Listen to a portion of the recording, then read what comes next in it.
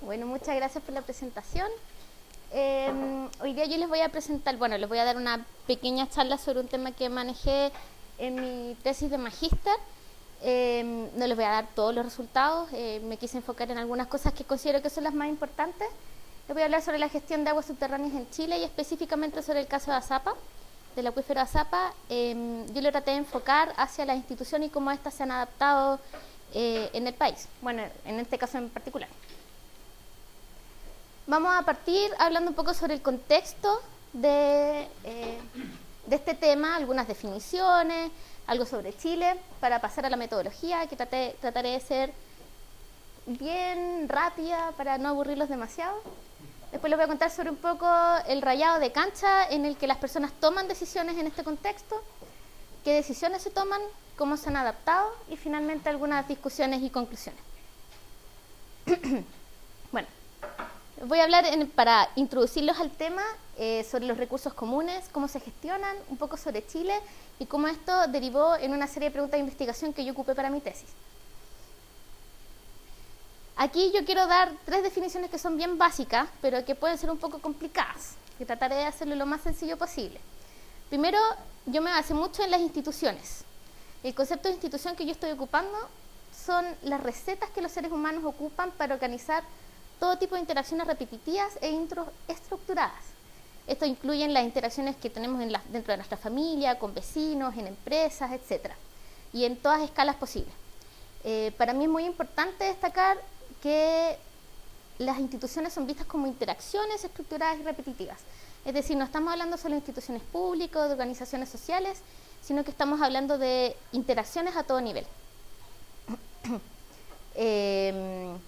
Un buen ejemplo de esto es la Navidad, por ejemplo. La Navidad es un tipo de interacción que sea estructurada y repetitivamente y que por lo tanto puede ser analizada y nosotros podemos hacer algunas predicciones respecto a ella. Dentro de las instituciones también hablamos de los arreglos institucionales. Los arreglos institucionales es la forma en que los agentes se organizan para extraer recursos naturales o bien para emitir efluentes al medio ambiente. Entonces los arreglos institucionales es cómo nosotros como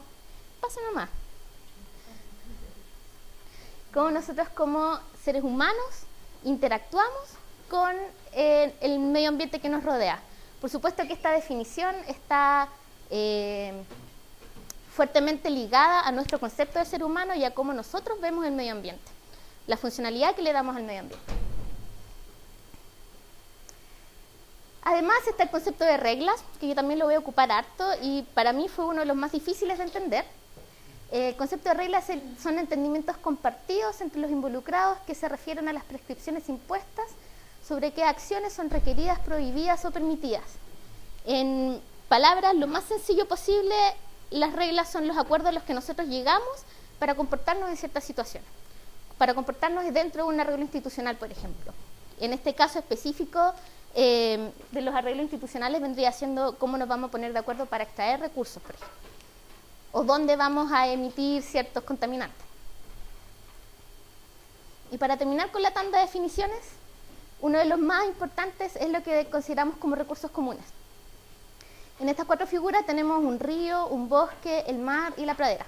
Lo que tienen en común todos ellos es que son una fuente desde la cual un número importante de personas puede extraer un recurso.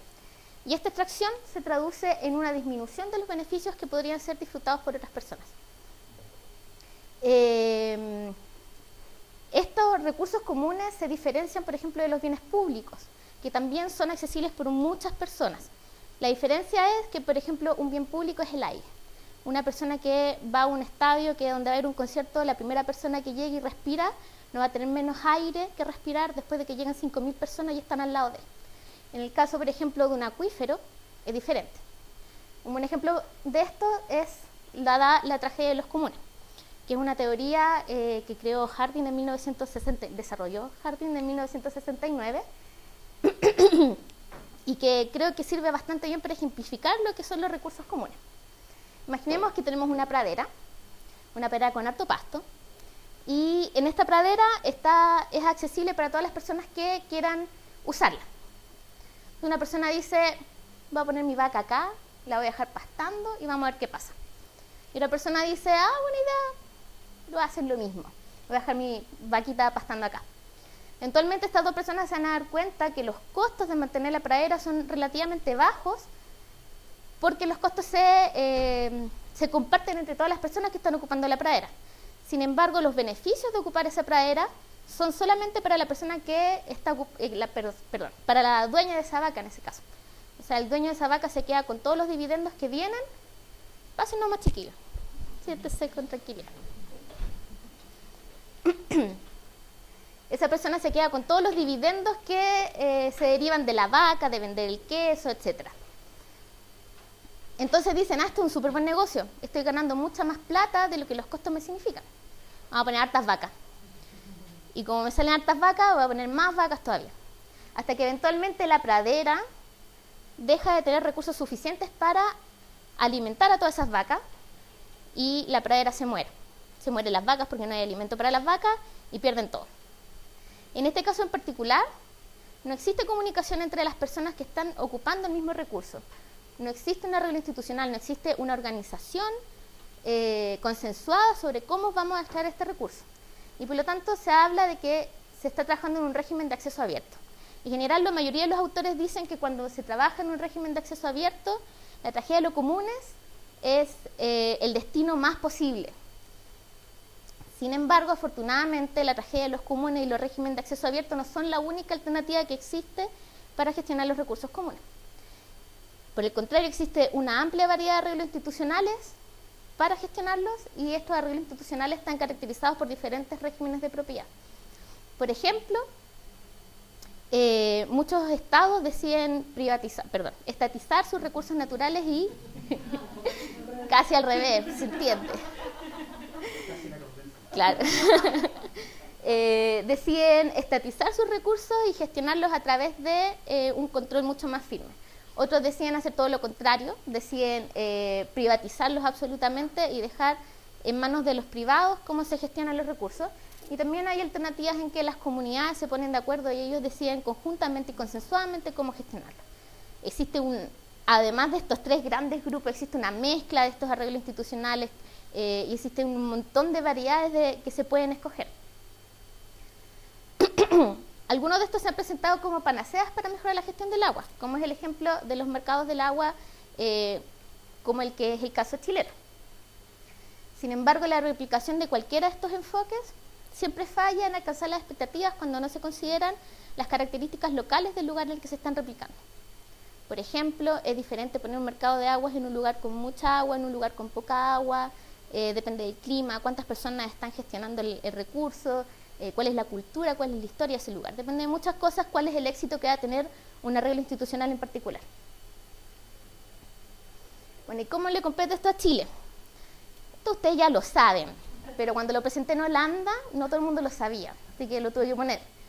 Chile es un largo y delgado país al final de Sudamérica, y esto quiere decir que tenemos una amplia variedad de climas y por lo tanto muchos recursos comunes que gestionar, como embalses de regadío, bosques, un largo inmenso mar. Y en particular también tenemos muchos y diferentes tipos de recursos hídricos que gestionar.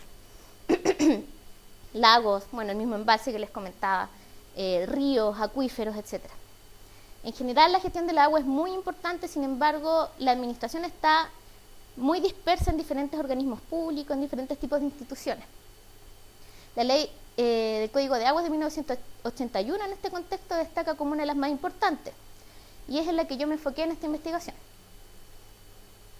Algunos detalles que considero importantes de este código son que introdujo el concepto de derechos de aprovechamiento de agua y lo hizo a escala nacional.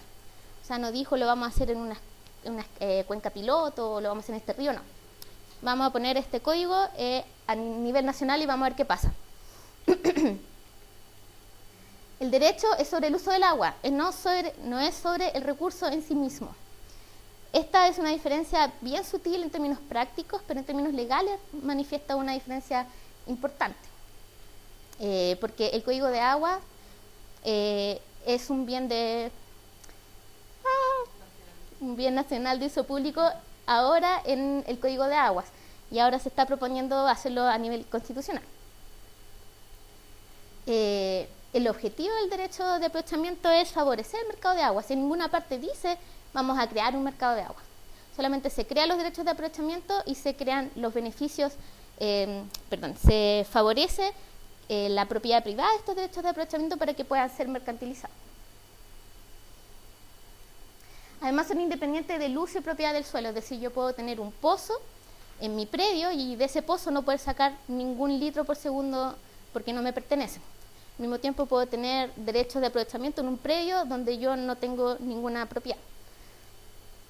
Y además son transados libre y restrictamente, es decir, yo los puedo comprar y vender como me estime mejor, siempre y cuando no provoquen un daño a terceras personas que también tienen derechos de aprovechamiento. Y finalmente la administración y regulación está principalmente en manos de usuarios. Y se espera que estos usuarios formen organizaciones de usuarios del agua. Ahora, no existen sanciones asociadas a grupos que no crean organizaciones de usuarios.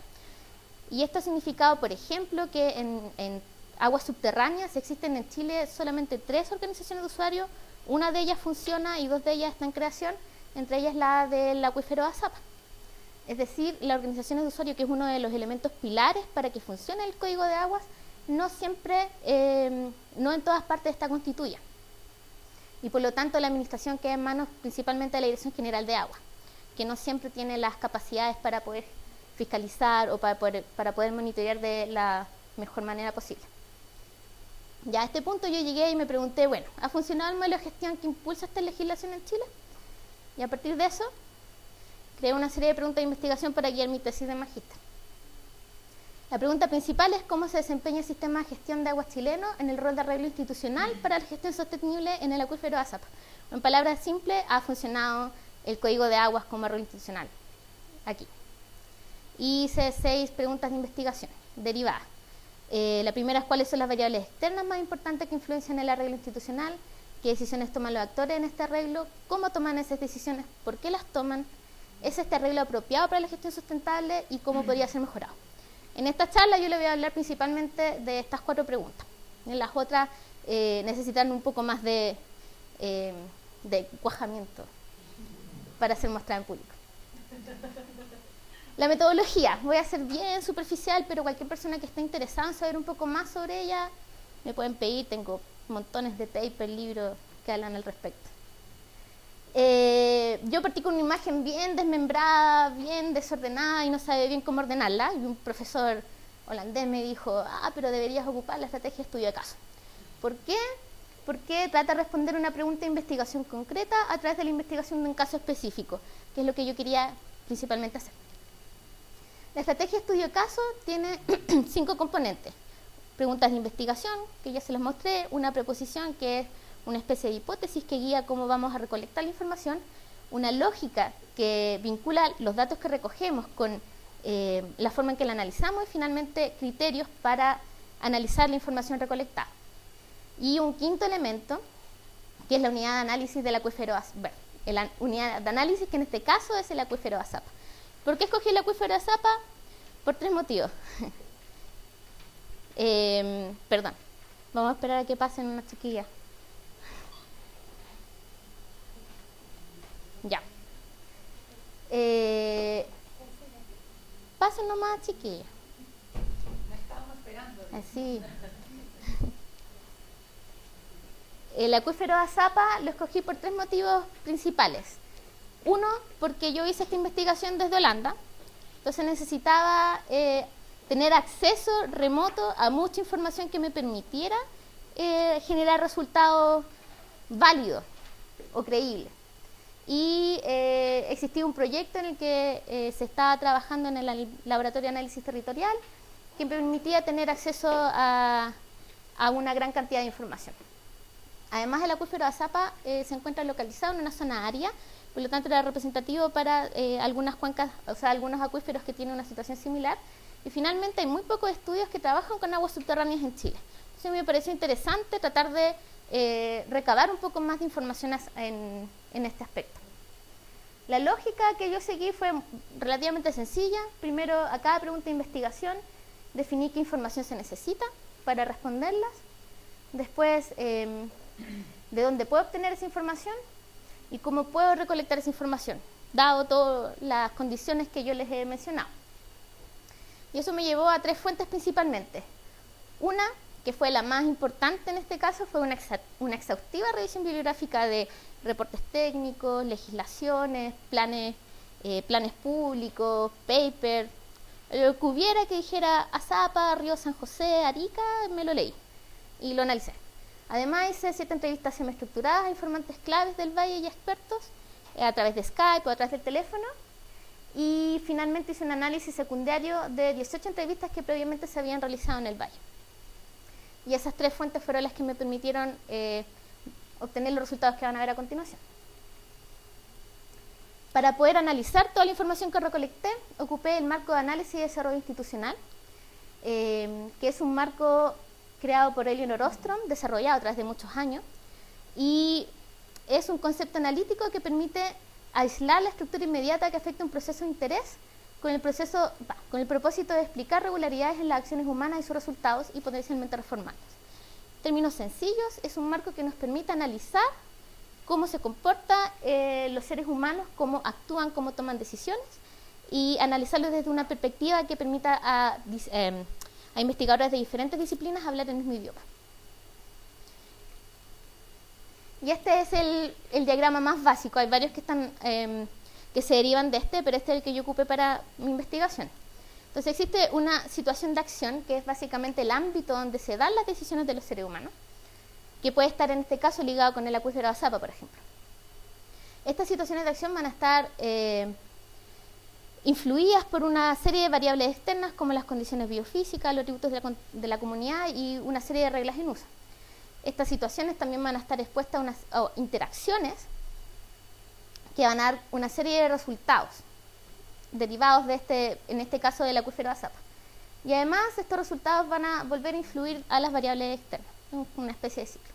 Y por último se ocupan criterios de evaluación para poder evaluar cómo está funcionando una regla institucional, por ejemplo. Yo ocupé las variables externas para responder mi pregunta 1, la situación de acción, las interacciones y los resultados para la pregunta 2, 3 y 4, y los criterios de evaluación y la interacción y resultados para las preguntas 5 y 6. Ustedes se imaginarán que ahora vamos a ver cómo está por acá. Voy a tratar de, eso sí, simplificarlo para que no sea tan enredado. Ya, vamos a partir con el rayado de cancha, que en el fondo son las variables externas. Las condiciones biofísicas, los atributos de la comunidad y las reglas. O sea, en qué contexto se mueven las personas que están tomando decisiones en este ámbito. Primero, las condiciones biofísicas, que es lo más básico. El acuífero de Azapa se encuentra en la zona del extremo norte del país, en la región de Arica y Parinacota, está en el interior de la cuenca del río San José y coincide con el Valle de Azapa. Están íntimamente relacionados el río San José con el Valle de Azapa, el acuífero. El Valle de Azapa se caracteriza por un paisaje y clima áridos, como los que pueden ver en esta foto que está acá. Y el agua del valle y del acuífero se ocupa predominantemente para riego y para agua potable. En esta zona hay empresas mineras, pero son muy pocas, no son tan importantes en comparación con el agua potable y la agricultura. El acuífero. El acuífero de Azapa se caracteriza por un medio poroso, con sistemas de acuíferos que son confinados y semiconfinados. Los depósitos fluviales antiguos, que son los que recorren el valle por acá, es decir, los depósitos fluviales que recorren el río, son las principales vías para el movimiento de agua subterránea y para la recarga de agua subterránea. Ahora, las condiciones de estos depósitos varían desde partículas de tamaño muy fino con valores muy bajos de permeabilidad a partículas de tamaño grueso con altos valores de permeabilidad.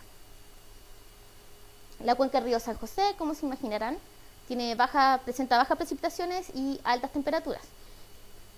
En términos prácticos, existe el canal Lauca, que desde donde se transporta aguas de la cuenca del Lauca hacia la cuenca del río San José. Después las aguas que se trasvasen de aquí recorren el río San José hasta la bocatoma del canal de Azapa, donde son transportados en un canal y son repartidos a los miembros de la comunidad los miembros de la Conca. Las aguas que no son transportadas por el canal de Azapa recorren intermitentemente el río San José. Y finalmente, las que sobran, las que no son ocupadas, pueden llegar también intermitentemente hasta el mar. Los niveles de agua del acuífero están directamente relacionados con las crecidas de San José, es decir, el acuífero se recarga subterráneamente, el acuífero se recarga gracias a las crecidas del río. Esto pasa una vez cada 5 años y esto significa que el 80% del tiempo la demanda se satisface solo con el agua subterránea que se almacena en el acuífero. O sea, en general se ocupa más agua que la que el acuífero tiene para recargarse a sí mismo. La comunidad siempre es un tema bien complicado. Yo traté de simplificarlo lo más posible en un diagrama. Espero que me lo entiendan. En primer lugar, hay muchos actores que ocupan agua subterránea, como por ejemplo la CONCA, que es la comunidad de usuarios del canal de Azapa, la Cooperativa Agrícola Juan Noé y otras entidades que son asociaciones agrícolas, etc. Cada una de estas entidades va a agrupar a titulares individuales de derechos de aprovechamiento. Además existen comités de agua potable rural, como el de Las Maitas, San Miguel, Cerro Sombrero y otros comités. Está la empresa sanitaria de aguas de Altiplano, que si bien es una sola, tiene muchos litros por segundo y satisface a toda la ciudad de Arica, que es la que tiene más del 90% de población de toda la cuenca. Y finalmente hay una serie de titulares individuales que no tienen afiliación con ninguna organización. Estos son los titulares de derechos de aprovechamiento del mercado de aguas del acuífero Azapa. Ahora, por supuesto, no todos los miembros de esta comunidad son titulares de derechos de aprovechamiento. Por ejemplo, están los habitantes de Arica que compran agua potable a la empresa sanitaria. Hay personas interesadas en adquirir derechos de aprovechamiento que aún no tienen, pero que los pueden comprar en el mercado. Y por supuesto también hay trabajadores de la agricultura o de las empresas sanitarias que se vinculan a través de trabajos de contrato. También participan instituciones públicas. Por ejemplo, el Código de Aguas le entrega funciones a la Dirección General de Aguas y al Poder Judicial. La Dirección General de Aguas monitorea, asigna y administra derechos de aprovechamiento. Además, recibe denuncias por extracciones ilegales y una serie de otras solicitudes de diferentes tipos. Y el Poder Judicial está encargado de resolver conflictos en estos contextos y de imponer sanciones. Y por lo tanto, también recibe la presentación de demandas privadas cada vez que esto ocurre. La Dirección General de Aguas, como no está encargado de resolver conflictos o de imponer sanciones, notifica al Poder Judicial cada vez que se presentan denuncias o cada vez que ellos encuentran situaciones irregulares. Además, existen otras instituciones públicas que están encargadas de supervisión y control, como el Ministerio de Agricultura o la Superintendencia de Servicios Sanitarios. Finalmente, existe un número indeterminado de apropiadores ilegales, de personas que extraen agua subterránea, pero que no tienen derechos de aprovechamiento o bien mantienen pozos ilegalmente. Estas personas es muy difícil ponerlas en un lugar específico en un diagrama como este, pero son varios y es importante mantenerlos en cuenta. Para hablar sobre las reglas, quiero partir explicando que yo distinguí aquí dos componentes para reglas en uso. Uno que vienen, como se imaginarán, del Código de Aguas, que establece un marco de acción a nivel nacional, y una serie de reglas que no son formales, que establecen los actores para adaptarse al código y a su realidad local. Uno esperaría que estas reglas no formales, además podrían existir reglas formales, por ejemplo, que vinieran de organizaciones de usuarios del agua, de una comunidad de agua subterránea, que aún no es el caso en esta regla institucional. Entonces uno esperaría que estas reglas no formales estuvieran en el marco del Código de Agua, sin embargo muchas veces no lo están. Algunas reglas del Código que son importantes especialmente para este arreglo. Primero, ¿quién puede extraer aguas subterráneas? Cualquier persona que posee un derecho de aprovechamiento puede extraer aguas subterráneas de este o de cualquier otro acuífero, siempre y cuando sean derechos de aprovechamiento de ese acuífero. Pueden extraer lo que el derecho de aprovechamiento especifique, generalmente esto se especifica en litros por segundo, y lo puede extraer en cualquier momento dependiendo del derecho de aprovechamiento que tenga, que lo voy a especificar en la diapositiva siguiente, un poquito más.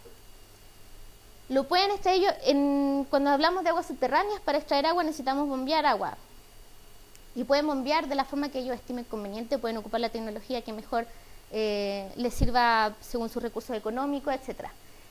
La única requisitos que tiene el Código de Agua en este sentido es que tienen que tener un caudalímetro, pero como no existe una organización de usuarios que fiscalice que efectivamente estos caudalímetros están instalados, en general el requerimiento existe, pero no siempre se cumple.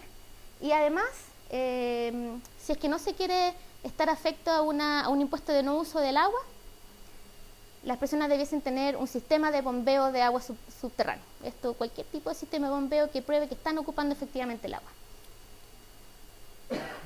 La única restricción que existe es si es que se declara una zona de prohibición o de restricción. En el caso del acuífero Azapa existe una zona de prohibición de nuevas explotaciones desde 1996. Esto significa que no se pueden crear nuevos derechos de aprovechamiento.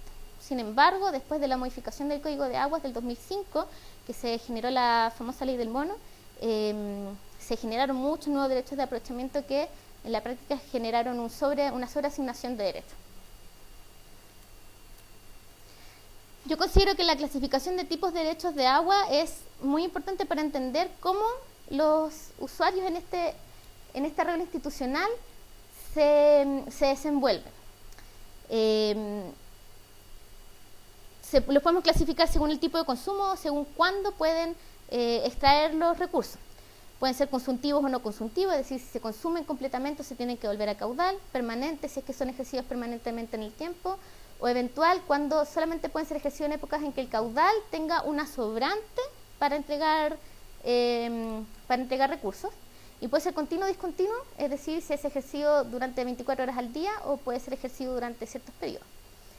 En el caso específico del acuífero Azapa, la gran mayor parte de los derechos de aprovechamiento son consumtivos, son permanentes y son continuos, es decir, se pueden consumir completamente, se pueden extraer, se pueden bombear agua durante todo el año, a no ser que exista un déficit demasiado grande, y además se puede bombear agua durante 24 horas al día, si es que el titular lo necesita. Esto quiere decir que la mayoría de los titulares son libres de extraer recursos cuando lo necesitan y de la manera que ellos mejor estimen conveniente. Eso no es algo que ocurre en todas las cuencas del país o en todos los acuíferos del país, pero ocurre particularmente en este. Para explicarles un poco de las decisiones que ellos toman, aquí voy a abordar un poco más sobre las reglas informales que se crean en el contexto del acuífero Azapa. Entonces vamos a hablar un poco sobre la información que ellos manejan, los patrones temporales que se han ido creando a través del tiempo para la extracción de agua subterránea y cómo las personas evalúan los beneficios que obtienen de diferentes opciones. ¿Qué tan informados están los actores sobre el funcionamiento de la regla institucional? Esto es muy importante para poder evaluar si es que las decisiones que toman son o no son conscientes. Entonces, en primer lugar, el mercado del agua funciona relativamente bien, ya que los anuncios de transacción se realizan de boca en boca. La mayoría de los entrevistados que yo tuve decían que como el acuífero, o sea, el Valle de Azapa es relativamente pequeño, la mayoría está súper bien informado de cuándo había una transacción, por ejemplo. Y que si yo uno me da un ejemplo, si yo pongo mi derecho de agua a vender hoy día, mañana lo vendo. Y si quiero comprar hoy día, mañana encuentro a quién comprar. Entonces es relativamente fácil encontrar derechos de aprovechamiento y manejarse con el mercado de agua en este lugar. Sin embargo, falta conocimiento sobre otros procesos que se necesitan cumplir. Por ejemplo, no todo el mundo sabe que tienen que informar y pedir autorización a la Dirección General de Aguas cuando van a cambiar el punto de captación. Y esto es una falta relativamente grave, pero no lo maneja mucho. Y al mismo tiempo existe un conocimiento sobre cómo evadir las reglas. La mayoría de la gente sabe en qué lugares poner los pozos para que no los encuentren o en qué momento poner los pozos para que no los encuentren. Y eso genera un problema relativamente grave. O sea, desconocimiento de los procesos que tienen que cumplir, pero conocimiento de cómo evadir las reglas. Es medio complicado. Para decidir qué acciones les traen mayores beneficios, lo primero que consideramos es que un titular de derecho de aprovechamiento tiene varias opciones: vender, comprar, arrendar o mantener sus derechos de aprovechamiento vigentes, o sea, no hacen nada. Si asumimos que la información sobre el mercado es accesible para todos, como estábamos conversando en la diapositiva anterior, podríamos aplicar la lógica del costo-oportunidad. Es decir, una persona cuando va a decidir compro, vendo, arriendo o me quedo igual, va a pensar cuál es la opción que les entrega una mayor ganancia económica en comparación con las otras alternativas. En general, uno podría decir que funciona de esta manera. Por supuesto que existen excepciones. Por ejemplo, el jefe de familia está enfermo o muere y los hijos no quieren continuar con la actividad económica del padre de familia porque es muy trabajoso, porque ya estudiaron otra cosa, porque definitivamente no les gusta. A pesar de que sea rentable en términos económicos, prefieren vender los derechos de aprovechamiento y quedarse y rentabilizar más rápidamente el costo que eso significa. En caso de que tengan una deuda también muy urgente, pasa lo mismo. Es mucho más fácil vender el derecho de aprovechamiento, tengo plata rápido, es como que yo tengo una deuda, voy a vender mi auto para suplir esa deuda. Y por el otro lado, dadas las bajas sanciones que se aplican actualmente, parece ser que las extracciones ilegales son una opción rentable, porque en general las sanciones son más bajas de lo que me significa producir con el agua subterránea que yo extraigo ilegalmente. Entonces hay mucha gente que incluso sabiendo que los pueden pillar, deciden extraer ilegalmente igual porque prefieren pagar la multa. Y eso sin considerar de que muchos saben cómo evadirlo. Entonces, lo hacen nomás. Con toda esta información, yo identifiqué patrones para la extracción de agua subterránea en este lugar y los identifiqué a tres plazos de tiempo: a largo plazo, estacional y a plazo diario. A largo plazo, las acciones en general dependen del ciclo natural de recarga del acuífero. Y esto se caracteriza por una profundación de los pozos. Entonces, digamos que hay una crecida del río San José. La crecida del río San José va a significar un aumento en la demanda de agua superficial, porque en general es mucho más barato extraer agua superficial que no necesita bombeo. Entonces todo el mundo va a empezar a extraer agua superficial. Pero como aquí no hay muchas lluvias, entonces va a ocurrir que eventualmente va a aumentar la demanda de agua subterránea cuando el agua superficial no pueda suplir a toda la demanda. Y cuando ocurra esta demanda de agua, un aumento de la demanda subterránea, van a disminuir los niveles en los pozos. Que esto es algo que está ocurriendo consistentemente en el acuífero de Azapa. Y una vez que esto ocurre, lo que hace la mayoría de la gente es profundizar los pozos. Quedan los pozos colgados, entonces voy a hacer mi pozo más profundo para poder alcanzar el agua, que está cada vez más abajo. Hasta que ocurre una nueva crecida y se da todo este ciclo de nuevo. Este es un ciclo... ¿Sí?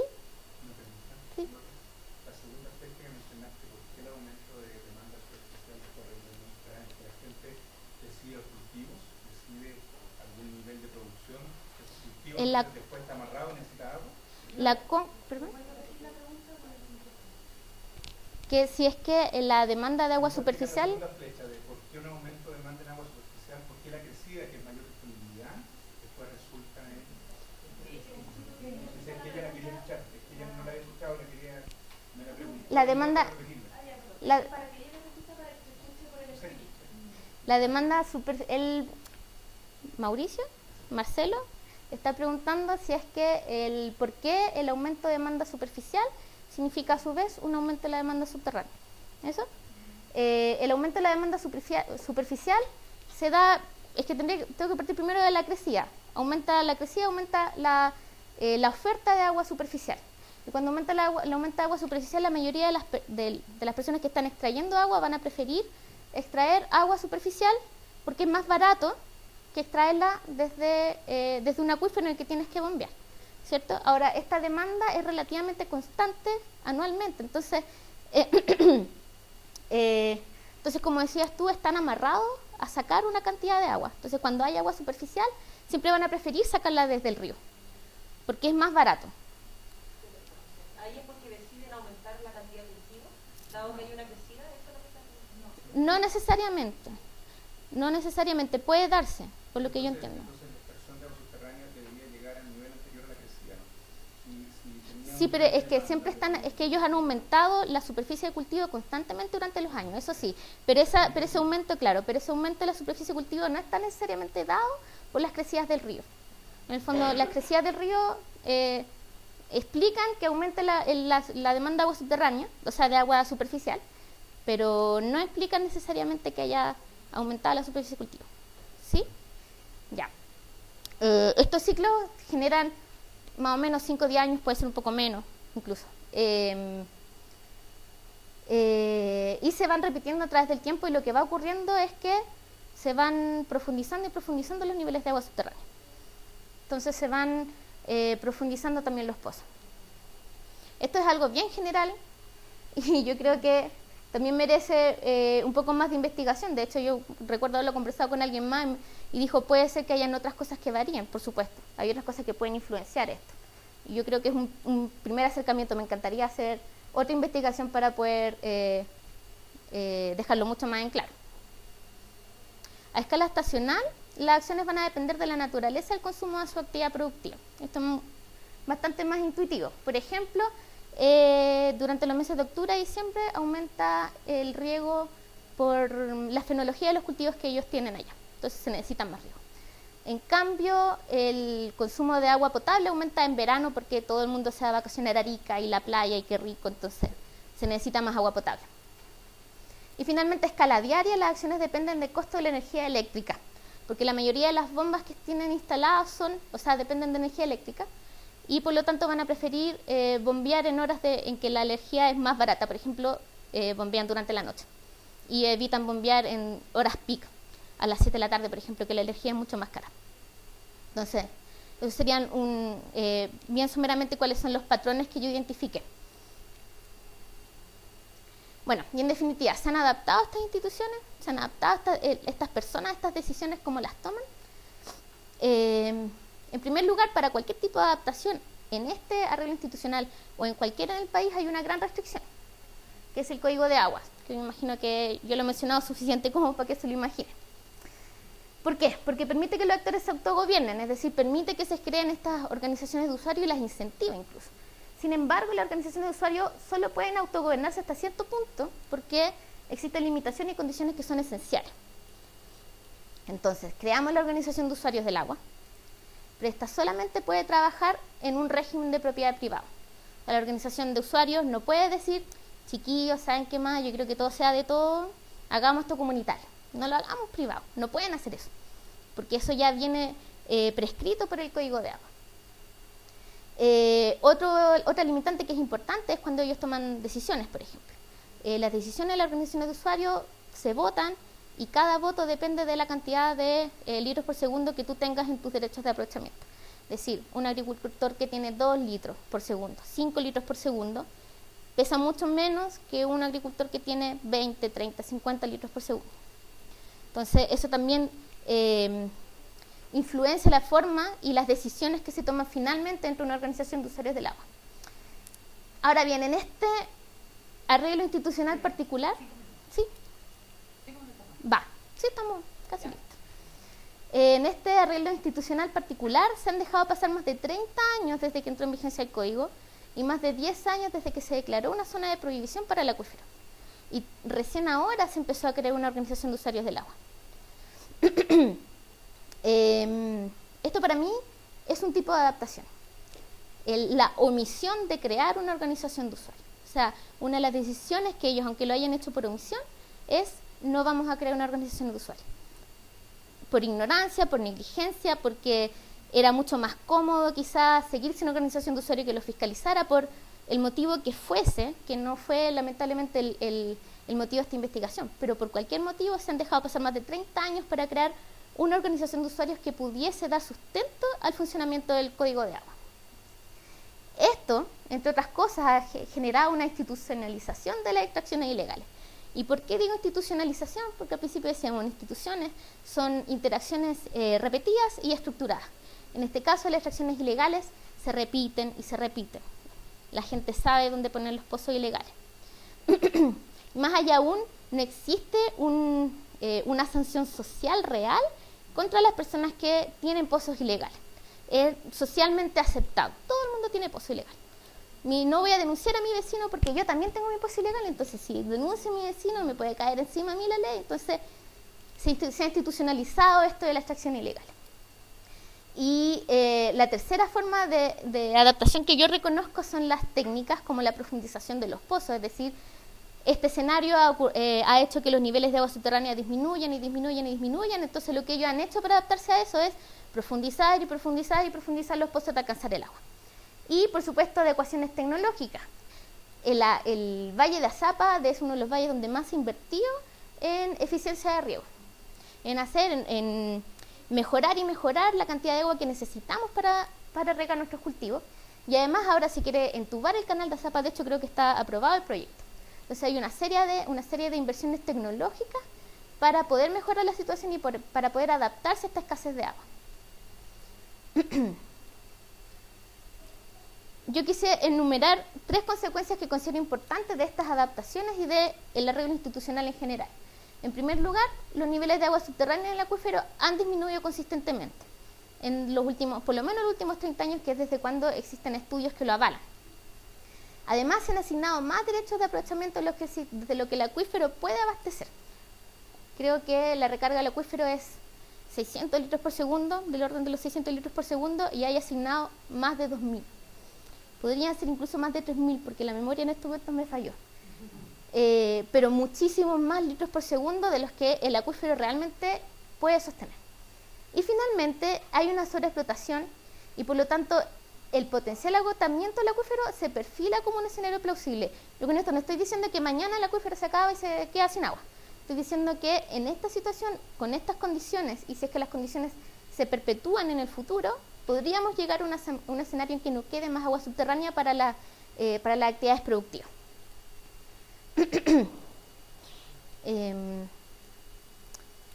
Entonces, cabe preguntarse si es que estas adaptaciones, como los actores de este arreglo institucional han decidido comportarse, han decidido actuar, han sido lo suficientemente eficientes para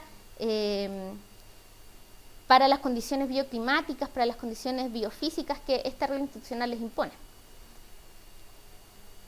Algunas discusiones y conclusiones. Discusión, quise poner 3 puntos, hay muchas más cosas que conversar creo yo, pero a mí estas son las que más me llaman la atención. En primer lugar, las consecuencias de la modificación del Código 2005, que generó una asignación de nuevos derechos de aprovechamiento a través de la ley del mono. Y esto me parece contingente porque ahora vamos a empezar a hablar de una nueva modificación al Código de Aguas. Y si bien esta modificación, el espíritu de la ley era muy noble, finalmente terminó en consecuencias que fueron bien trágicas, por lo menos para este acuífero. Desafíos para la próxima organización de usuarios del agua, porque si bien todos estamos contentos de que se cree una organización de usuarios del agua, eso no quiere decir que ellos van a tener la tarea fácil y que va a ser todo de ahora en adelante espectacular para el acuífero. Por el contrario, los comportamientos están bien instalados en esta zona y por lo tanto es muy difícil de desarraigarlos de la cultura local. En este sentido yo creo que cobra mucha importancia las instituciones no formales para poder erradicar, o sea, no se van a erradicar solamente con la formación de organizaciones formales, sino que se necesita aprovecharse de organizaciones que no son formales. Las políticas públicas en este momento se centran en el aumento de inversión en tecnología, como conversábamos recién. ¿No sería mejor centrar los esfuerzos en promover la autorregulación de los actores y la confianza entre los vecinos? Con esto no digo dejemos de invertir, digo solamente que es un poco desproporcionado cómo se están invirtiendo los recursos. Y finalmente, como conclusiones, en primer lugar, el diseño del Código de Aguas no incluye suficientes resguardos para mantener los niveles de agua del acuífero. Esto no es tan raro porque el Código de Agua está diseñado para mantener la performance económica del acuífero, o sea que haya plata, no tanto como para mantener ambientalmente o socialmente el arreglo institucional. Además, hay ausencia de incentivos económicos para los actores que contribuyen a la gestión sostenible. Es decir, si hay alguien que diga, oye, yo voy a ahorrar agua, pero no para plantar más, sino que para que infiltre y el acuífero se llene un poquito más, no hay ningún incentivo para esas personas. Entonces, no hay formas concretas de promocionar aquellas conductas que nos parecen que son adecuadas. Las decisiones individuales de los actores son determinantes para las interacciones en este arreglo institucional, especialmente porque no hay una OUA. Y estas se pueden describir mediante un modelo de comportamiento racional, con las excepciones que habíamos comentado hace rato. Bueno, y como resultado el acuífero de Azapa y su comunidad enfrenta un futuro que es muy incierto. Y esto está agravado porque hay falta de datos para determinar la extensión de las personas que extraen agua del acuífero de ASAPA. No hay claridad de quiénes son los actores, los extractores ilegales, etcétera, y eso también dificulta mucho la gestión del acuífero. Entonces, lo mismo que preguntaba recién, ¿han sido apropiadas las adaptaciones de este arreglo para asegurar los recursos a largo plazo? Es una pregunta abierta. Personalmente pienso que puede mejorar mucho. Esas son las referencias, hay más incluso de las que aparecieron aquí. Y muchas gracias, si hay alguna pregunta.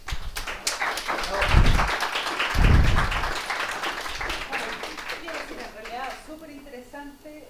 Estos casos de estudios que son a nivel local muchas veces informan de qué está pasando en las realidades locales y cómo las arreglos institucionales son importantes seguirlos hasta lo que pasa muchas veces cuando muchos investigadores, por ejemplo, quieren incluir en las políticas públicas, se piensa que la influencia de las políticas públicas llega hasta el nivel de diseño. Ese es un error y la literatura lo dice ampliamente, porque al final la política pública termina cuando el usuario final tiene que implementar esa política pública. Entonces es una gran cadena y este estudio lo demuestra claramente. Otras dos cosas que a mí me gustaría mencionar aquí, porque formación profesional trabajando en el tema de dimensiones humanas del cambio climático. No, es que yo voy a decir una cosita. Como raro hablar con el micrófono. De la deformación de trabajar en las dimensiones humanas del cambio climático, aquí hay dos aspectos súper importantes. Uno, que es un ejemplo claro de mala adaptación. Y dos, que es un ejemplo claro de lo que se llama adaptación sustentable. En este caso, esto no es adaptación sustentable, porque lo que estamos haciendo hoy día va a afectar a las generaciones futuras o puede hacer menos vulnerable a cierta porción de la población, pero va a ser más vulnerable a otras personas dentro del mismo acuífero. Tenemos todavía tiempo para preguntas y comentarios. ¿Cómo vamos a hacer? ¿Ah? Ya. Ya. Wow. ¿De qué forma se podría incorporar las instituciones formales e informales en la gestión del agua de la región? ¿De qué manera se pueden incorporar las instituciones formales e informales en la gestión del acuífero? A mí eso me había ocurrido una en particular para asumiendo, por ejemplo, que este ciclo a largo plazo que yo les comentaba, si es que eso fuese realmente cierto y pudiéramos comprobar que es cierto, también podríamos ocupar esos ciclos que son patrones informales en el uso del agua y que terminan siendo una especie de regla, los podríamos ocupar para gestionar mejor los recursos. O sea, si es que sabemos que ahora viene una crecida, nos podríamos preparar para esa crecida y también nos podríamos preparar para el periodo de escasez y evitar que, por ejemplo, todo el agua superficial disminuya tanto a tal nivel que el agua subterránea se tenga que sacar. Eso es algo que se me ocurre que se me ocurrió hace tiempo, en realidad, cuando lo hice. Y creo que en ese sentido es importante distinguir cuáles son las reglas informales, que es difícil, a mí por lo menos me cuesta mucho, hasta el día de hoy me cuesta mucho distinguir cuáles son reglas informales y cuáles son reglas formales, porque hay muchas veces que las reglas formales terminan transformándose en reglas informales. Yo miro a la luz como si te estoy respondiendo a ti.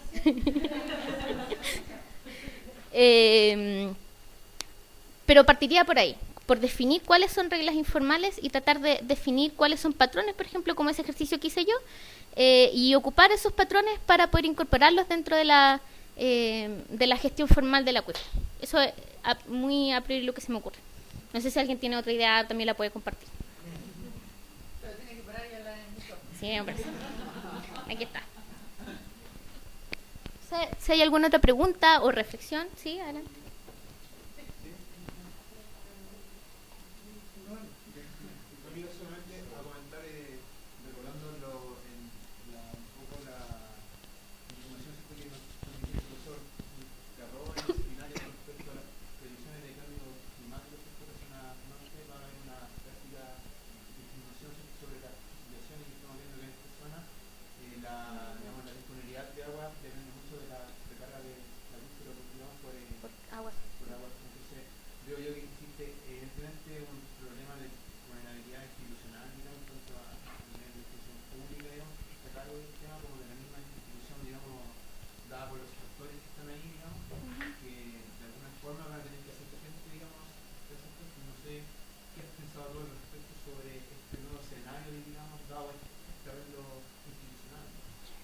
Yo pienso que con el cambio climático este mismo escenario se va a agravar siempre y cuando no se tomen medidas. Ahora, también pienso que lo grave del escenario va con o sin cambio climático, en ese sentido. Entonces creo que hay que tomar medidas que son urgentes y que puede incluso 3 años más, no creo, por favor, no piensen que yo no creo en el cambio climático, pero en 3 años más podríamos decir, saben chiquillos, esto nunca fue real, y las condiciones del acuífero Azapa seguirían siendo igual de graves y tendríamos que seguir ocupando, o sea, buscando medidas urgentes. Y sí coincido contigo en que tiene que ver mucho con las instituciones. Creo que hasta ahora se ha trabajado mucho con medidas tecnológicas como las que mencionaba y muy poco con fortalecer la gobernanza de las comunidades, con mejorar la confianza entre los vecinos, no solamente la disponibilidad de agua, sino que hacer también un trabajo comunitario. Entonces, yo también, por lo mismo que decía la Paulina, la deformación social que a veces uno ha adquirido a través de la carrera profesional, me hace pensar en eso. Y con eso no digo, insisto, dejemos de invertir en tecnología o dejemos de pensar que en plantas desalinizadoras o en otras alternativas tecnológicas que pueden ser igual de buenas, pero no pueden ser solamente esas las alternativas que tomamos para adaptarnos a este escenario. Para complementar un poquitito eso, en el fondo, lo que hablaba la Gloria antes, eso de las instituciones formales e informales también es súper importante, porque las instituciones formales son más fáciles de estudiar, si es que, sí, en el fondo, pero se sabe en la literatura que las instituciones informales a nivel comunitario mueven mucho más que las instituciones formales. O sea, ¿cuántos de nosotros sabe la regulación respecto a un tema? Al final nos movemos por las instituciones informales, por las maneras que estamos acostumbrados a hacer las cosas y que son socialmente aceptadas. Entonces, este tipo de estudios también tiene que considerar todas las instituciones informales, porque finalmente es ahí donde pasa mucho, digamos. Sí. ¿Marcelo?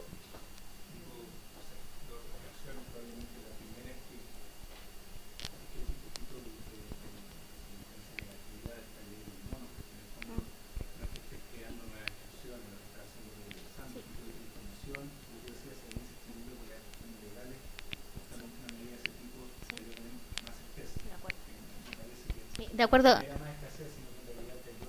Sí, de acuerdo en que aquí le di una connotación negativa, pero no necesariamente es negativa. Por eso también mencionaba que el espíritu de la ley es muy noble. Lo que pasa es que la manera en que se implementó en este lugar en particular tuvo consecuencias que son negativas, pero mucha razón. En el fondo también ayudó a esclarecer, a transparentar extracciones que antes no estaban consideradas, de todas formas. Y la segunda que me cuesta un poco porque en la conceptualización del problema me parece que se para el agua superficial para separada. Sí, la fuente funciona como una sola, sí. Entonces todo el proceso, por ahí es donde esta conceptualización de uno echa mano a una o a la otra, es cierto que desde el punto de vista de los costos, la gente va a elegir más fácil acceso, pero en realidad como funcionamiento, la decida aporta a dos puntos, a las extracciones directas de superficial y a la recarga. Entonces al final es la misma agua. Sí, sí. Y ahí a lo mejor yo pienso que quedan Sí. De acuerdo, sí. Para complementar la reflexión de Marcelo, efectivamente en el periodo de crecida no existe la infraestructura para hacer un mayor aprovechamiento del agua superficial. Fue muy poquito la reacción, además que el periodo de tiempo es muy corto. Entonces, efectivamente hay un periodo breve de aprovechamiento intensivo del agua superficial.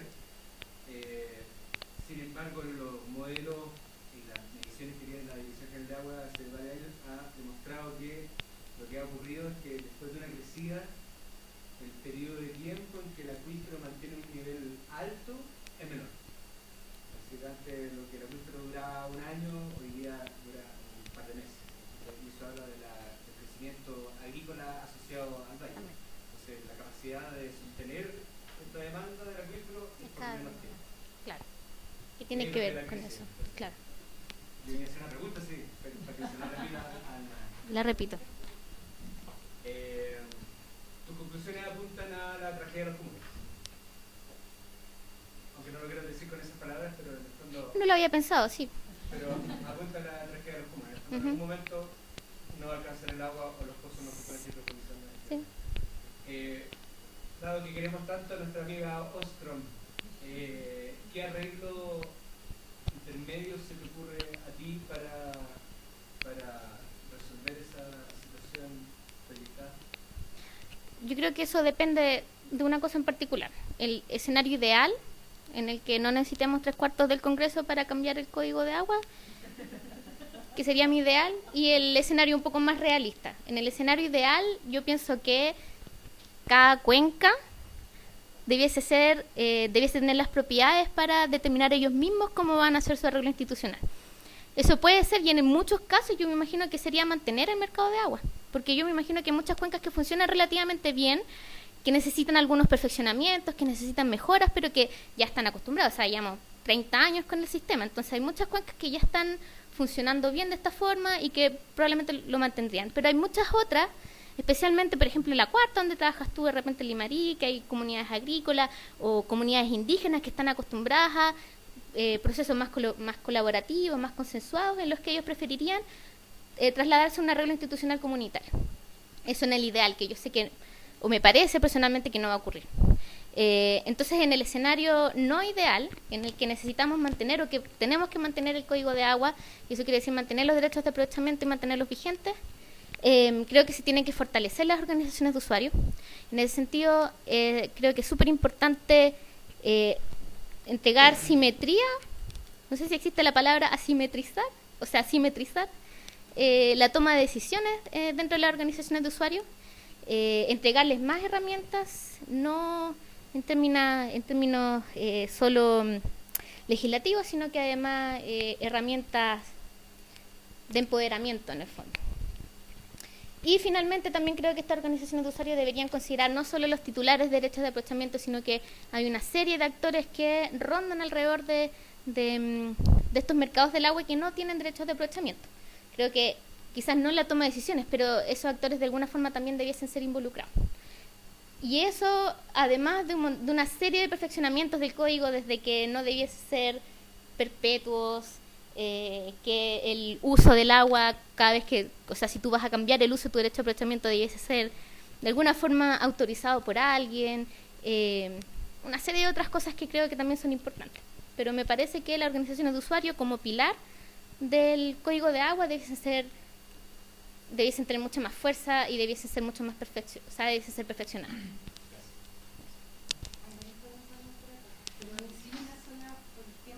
¿Sí? Dale.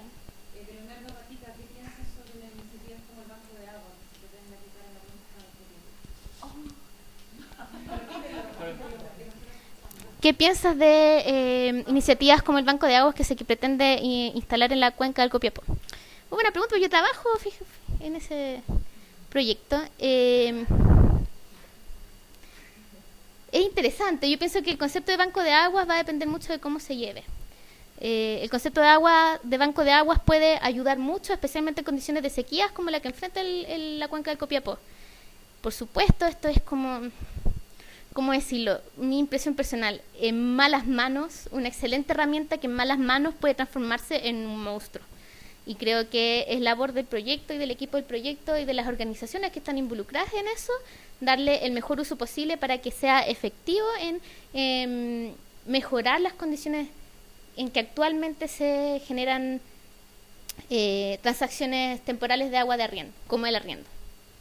Entonces, en definitiva, pienso que es una excelente idea, pienso que puede ser una muy buena alternativa, pero que la implementación del banco de aguas debe tener muchas precauciones para que no se transforme en algo negativo en el largo plazo. No sé si contesté la pregunta de Leonardo.